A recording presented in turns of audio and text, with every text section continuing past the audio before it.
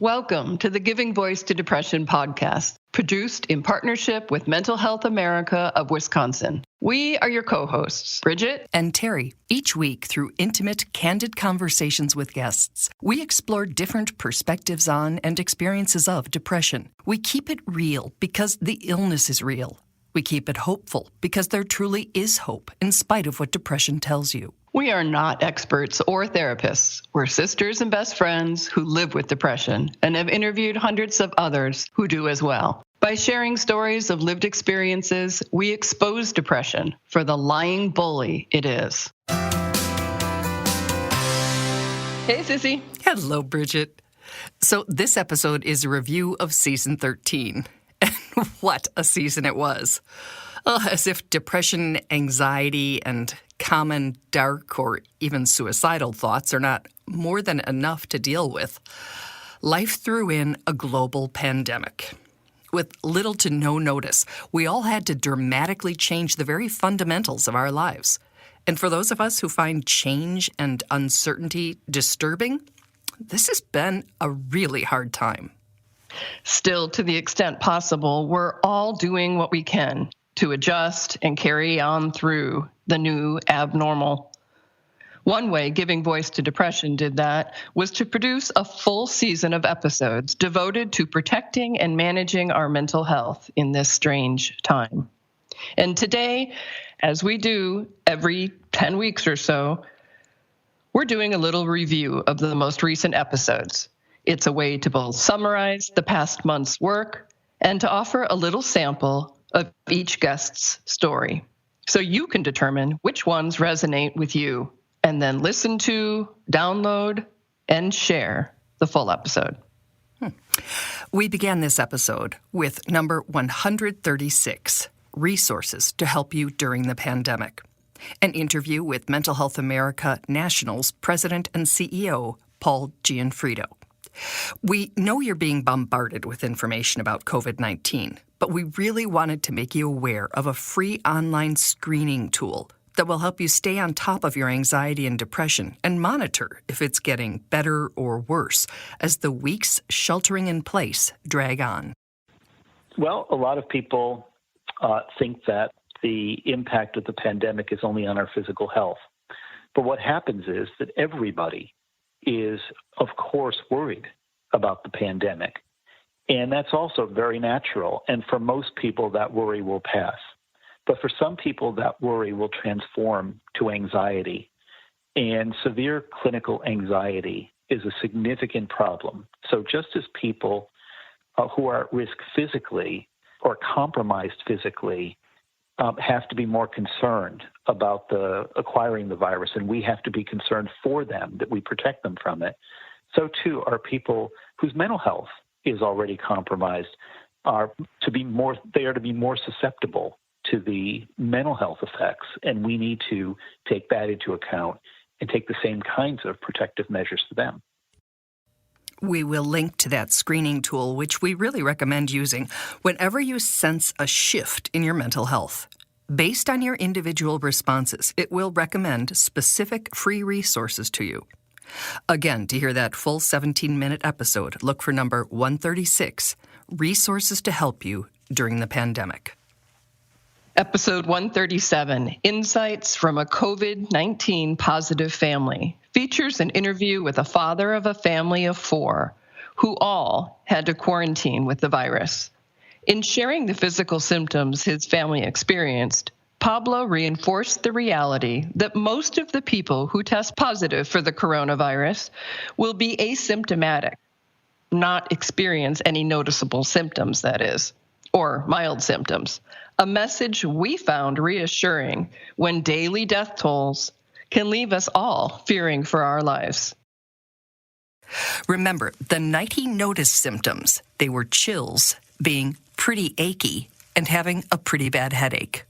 That was Thursday evening, and the next morning I registered a little bit of a fever, and I had some chills and a little bit of body ache. But by later Friday afternoon, I was completely symptom-free, and I have been now for 8, 9 days, 10 days. That's as bad as it got for you physically? That's as bad as it got for me. Good. And I think anxiety around, do I have COVID-19? I think this is something I'm hearing a lot from people that have been calling me. I've gotten phone calls out of the blue from people that are, concerned. They think they have body aches. They have their slight fever maybe, and they think they're going to collapse and die. That's not what's happening. You can hear Pablo's full 20-minute episode by searching for episode 137, Insights from a COVID-19 Positive Family. We'll also link to his YouTube channel, so you can watch updates on his family, which has fully recovered, and has been working with public health researchers to help them learn more about the virus and how it is spread and managed. Next up is episode 138, A Therapist's Advice for Dealing with the Pandemic. Whether you live with a mental health challenge or not, the speed and scope of the changes we're all experiencing are affecting our mental health. According to a recent poll by the Kaiser Family Foundation, more than 4 out of 5 adults say the coronavirus pandemic has affected their mental health. So we asked a therapist to share how she's counseling her clients through the pandemic. The 15 minutes it takes to listen could save you not only a session fee, but help ease your anxiety. We get so scared and uncertain about what's going to happen to us and to the country, to the world in the future, and that raises our anxiety levels. And it's very, very normal under those circumstances for us to want to try to find information, seek out information that might help us to figure out what's going to happen. But unfortunately, the information that we have that we can seek out is either confusing at times, it's contradictory, it's overwhelming, it's even more anxiety-provoking, and it leads to more uncertainty. So we go looking for information to try to decrease that feeling of uncertainty. We end up actually making ourselves feel worse. A breaking news diet is just one of Dr. Anita Sands's practical, doable suggestions for getting through the pandemic healthy. Again, her full episode is number 138, A Therapist's Advice for Dealing with the Pandemic. In times of distress and challenge, we all need trusted advisors to guide us through the maze of anxiety, changes, losses, and fears. And that's just what psychologist Anita Sands is for us during this pandemic. Her first episode, the one we just described, got more plays more quickly than any other episode we've posted. We don't all have a good, calm, reliable therapist. And if we do, a second one who doesn't charge is welcome. We continue our discussion with Dr. Sands, discussing the possible takeaways from this scary disruption, including what she calls a qualitative change in how we are talking to each other, in episode 139, A Therapist's Pandemic Advice, Part 2. We really do honestly seem to care, how are you? It's not just we're not just asking how are you doing anymore as that sort of greeting, and we're not just saying fine as that throwaway line. We're really asking, how are you? Are you okay? And when people are responding, we're listening to see, are you really okay? Is there anything that you need? Can I help? And there's a sense of connection between people, a deepening of that connection that at least I'm experiencing, and I hope that others are going to be able to experience through this. Dr. Sands also offers some great ideas about staying connected when social distancing is still required. Again, the full 16-minute episode is 139, A Therapist's Pandemic Advice, Part 2. In episode 140, 5 ways to rewire your brain to deal with coronavirus stress, we continued searching out mental health experts who could help us navigate these strange new waters. After reading an article in Psychology Today, we reached out to author and psychologist Dr. Melanie Greenberg, who offers 5 ways we can rewire our brains to regain some control in these out-of-control times. So what I say to my patients is, first, just notice if you're being triggered, if you're in a fight or flight or freeze state.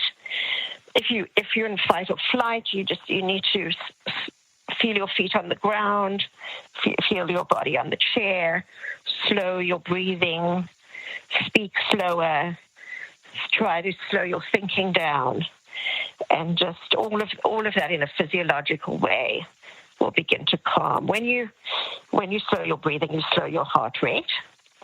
And, slowing down your heart is helpful in calming that response.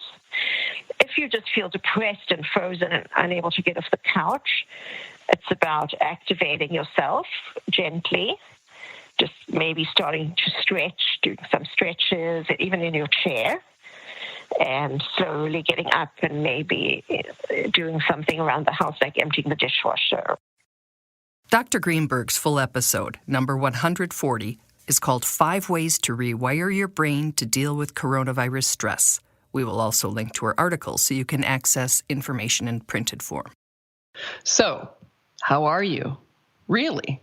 Do you find yourself experiencing more stress, anxiety, anger, loneliness, despair? Is your depression worse? It may be normal to feel exhausted and a number of other things in these strange and unsettling times, but that does not make it any easier or healthier. In episode 141, How Are You Doing? Can You Even Say? We talk with a man who says his feelings and emotions are on the surface more than ever. In days past, I could tell you if someone asked, how are you today? I could say, I'm having a good day. Today's a good day. Or, today's a bad day. It's not going the way I want it to. In the last few weeks, since all this has started, I've given up trying to say how I am today. I can truly only tell you really how I am right now, because all it takes is turning on the news and seeing a report, and suddenly I'm knocked down 2 feet. As this pandemic continues, we're sure we've all been knocked down in numerous ways. Hobbs shares more of his struggles and thought process with us in his 20-minute episode. 141. How are you doing? Can you even say? How far would you go to protect your mental health during the COVID pandemic? Would you move in with someone you'd only met twice? That's what the guest in episode 142, COVID Cohabitating, did in an effort to keep depression under control during this strange and stressful time. It's a social experiment of the times, and one that had me uncharacteristically laughing for much of the interview. This episode is intentionally lighter, since we all need a break from bad news. I had not even thought about it, even conceptually, because it's way out there, right? Hey, I've met you twice. Can I come live with you during a pandemic? It'll be fun. And yet, when it was presented to me, it made absolute sense. It was like, damn, wish I would have thought of that. I thought it was brilliant. To find out if it was brilliant in theory or also in practice, set aside 19 minutes for the full episode, number 142, COVID Cohabitating. In episode 143, Mindfulness, Self-Compassion, and a Pandemic, we looked at 2 readily available research-based practices that we can add to our toolboxes to help us manage stress and other challenges to our mental health and well-being. And my emotions are spiraling. And what helps me in that moment is to be mindful of my difficult emotions, to be mindful that this is a moment of real struggle. And wow, this is really hard.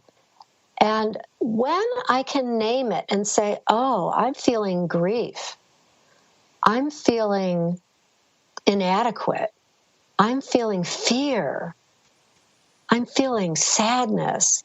When I can name it and be mindful of those emotions, it puts a bit of space between me and that immediate experience of the emotion. And it gives me some space to act differently. Dr. Barbara Moser, a retired physician and suicide prevention advocate, is our guest in this episode, which you can hear in its entirety by looking for number 143, Mindfulness, Self-Compassion, and a Pandemic. After getting that introduction to and sample of the practices of mindfulness and self-compassion, in episode 144, We Are All Connected in and by This Struggle, Dr. Moser offers a long guided practice specifically for you as a listener of this podcast.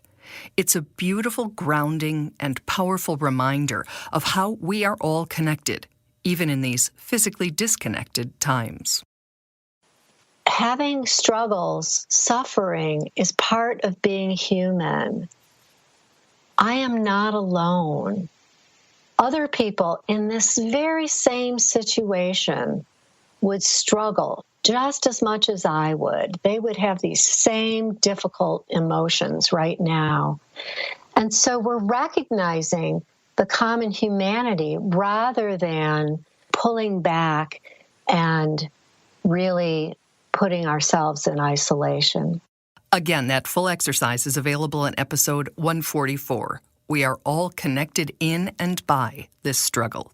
Well, I felt a lot of support from our podcast this past crazy time. It helped me to detangle some of my emotions. It helped me feel a little bit more supported and resourced. So I hope everybody else did too. I learned a lot.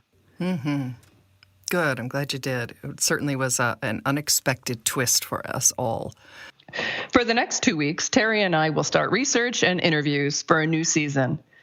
We'll repost episodes that we think will help some of the many people who may be experiencing the long-term effects of stress, anxiety, fear, uncertainty, and maybe even depression.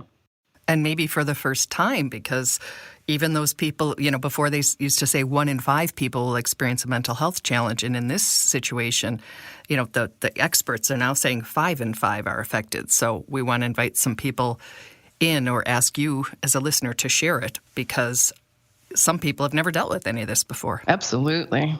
Remember, we'll be linking to the resources we mentioned, which we hope you will find helpful. Excellent. Again, as a way of staying in touch and finding support, we invite you to find the Giving Voice to Depression Facebook community page, where more than 7,000 people gather and offer support and understanding to each other. You'd be more than welcome there. Please join us. Yeah.